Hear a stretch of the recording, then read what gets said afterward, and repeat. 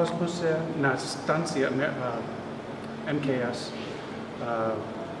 15 дней. 15 дней. Тоже на это полета, я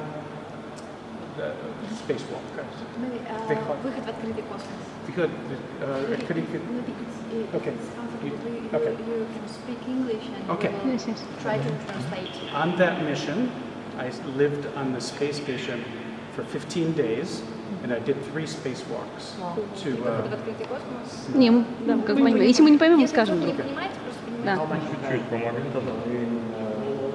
It's in space, not on gas, not in SSR, but in open space. Okay, how much time have I been outside? I've been outside 6 times on 6 spacewalks, 44 hours total.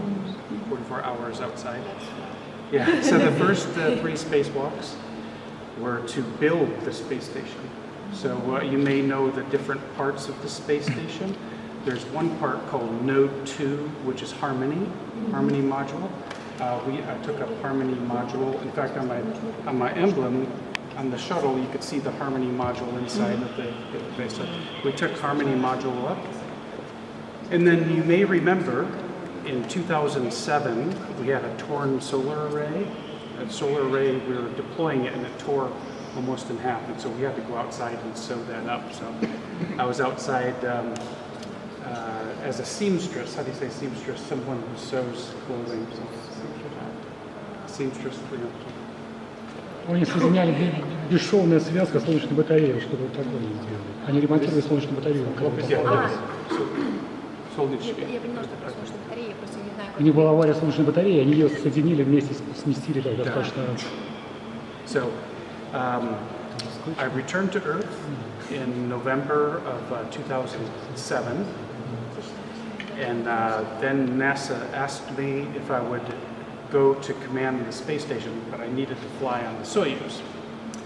So in 2010, I flew on the Soyuz capsule. In June of 2010, I launched from Baikonur, Kazakhstan. And I was on Expedition 24, and then I was the commander of the space station on Expedition 25.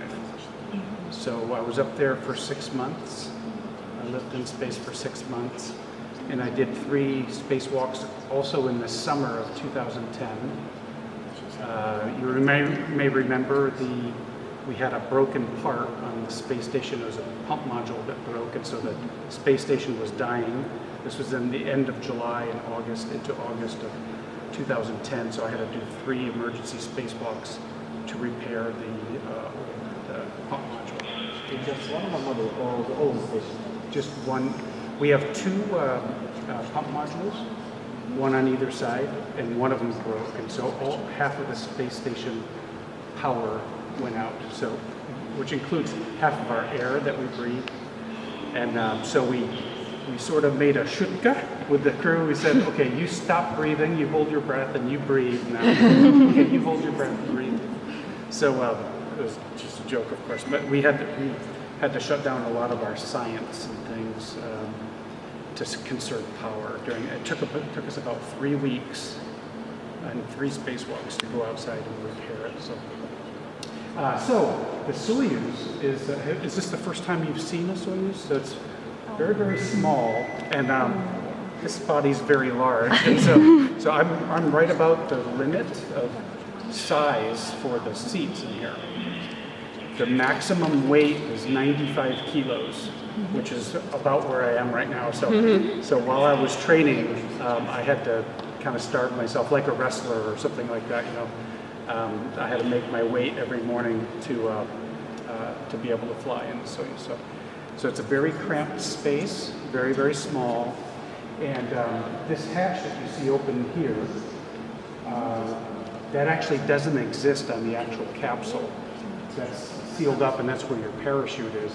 You actually get in up here on the launch pad and you come down to the hatch that's in the top. And so I remember, and we do all of our training here though, so it's not so bad. It seems really crowded here, but I didn't realize how roomy this is until I got to the launch pad in Baikonur. And then I looked down in, and I had my scaphandra on, you know, so I looked down and I saw my little space there, and I was like, how am I going to get all of this into there? And so I kind of crunched down in, and there was a technician there that was strapping us in, that was putting our belts on. And he stood on my chest and just pushed me down.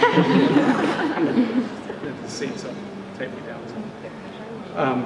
And so then I launched in June and came back at the end of November of 2010. So now, actually in 2005, I was the director of the NASA office here in 2005, and now I'm back as the director of the NASA office here. So I help our crews train in the Soyuz, and then also facilitate our international partners that are training in the Soyuz and help them with their administrative.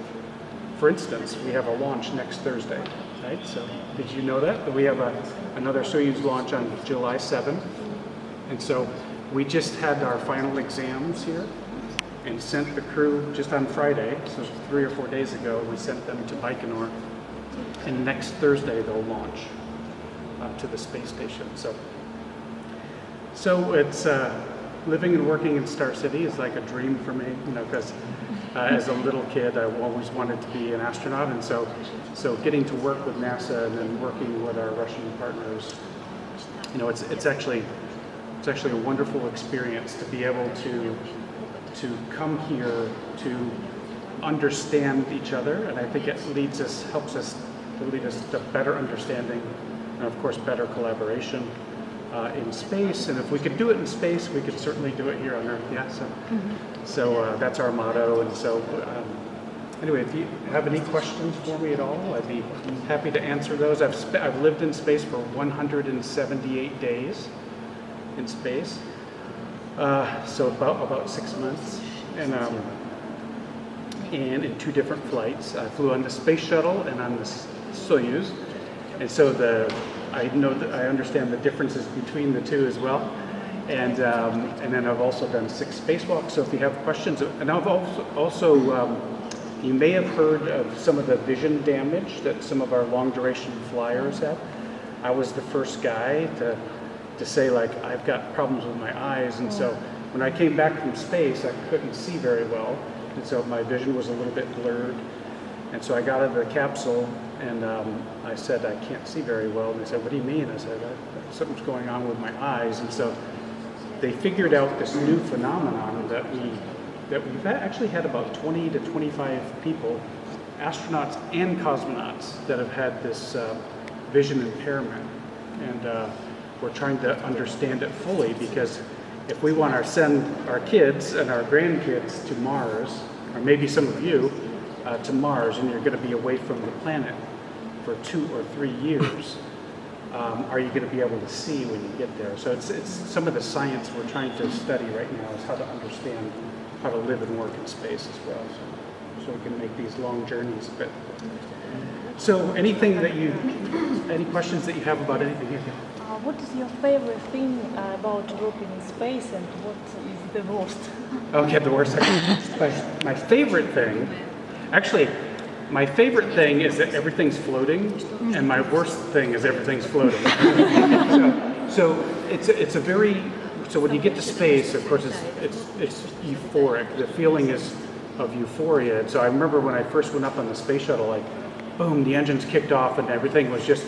I took my gloves off, and they were just sort of floating there in front of me. I took my helmet off, and it was like, wow, you know, it's like, and I unbuckled my belt, and just kind of floated out into the, and it's a feeling of euphoria. It's really amazing, and your body, the way your body reacts to it, it's very surreal. And so it's a kind of a unusual feeling, and you have to be very careful though, because although you're weightless in space, F still equals ma, so Newton's laws still hold true in space as well. So we still have mass in space, and so if you push yourself off of one wall, you're going to slam into the other wall, or something. An equal force has to be applied the other way to stop you. You know, so you have to move very slowly in space. It's more, rather than for instance, practicing our spacewalks, we practice underwater. And so it gives you the feeling of neutral buoyancy, so you feel like you're floating, but you still have, of course, you still have drag through the water, you still have viscosity in the water. And so it's like lifting weights, for 6 hours or whatever, however long you're in the pool.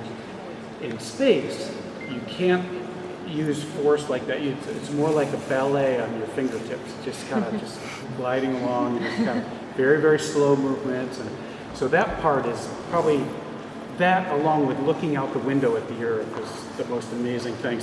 Because the Earth from space is like an explosion of color in the day. And then it just like stops you in your tracks. I remember going to take a picture, and I was just like standing there at the window, and then my camera's like floating here, like, oh, I got to get a picture, So it's mesmerizing, the experience of looking at the Earth during the daylight pass. And here, like it's a beautiful day today, and the sky is blue. It's beautiful. Our star, the sun is shining. In space, it's always a beautiful day. There's no weather in space. But the sun is shining, but the sky is black. It's just completely black and empty. And it's kind of frightening when you look off into deep space, because it's such a feeling of, you feel so small, because now everything you know is there on that blue planet down below you. So it's kind of a frightening feeling, so you have to kind of stay within yourself, be mindful of where you are and what you're doing at all times. So the funnest thing is floating around, taking pictures of the Earth. And the worst thing probably is that things are floating around, things that you don't want floating around, And I remember, we have 2 bathrooms on board. So we have 6 people on board the space station now. And we have 2 bathrooms, one in the Russian segment and one in the US segment. And they're the same hardware. It's actually built by the Russians, so it's Russian hardware. And so we have 2 bathrooms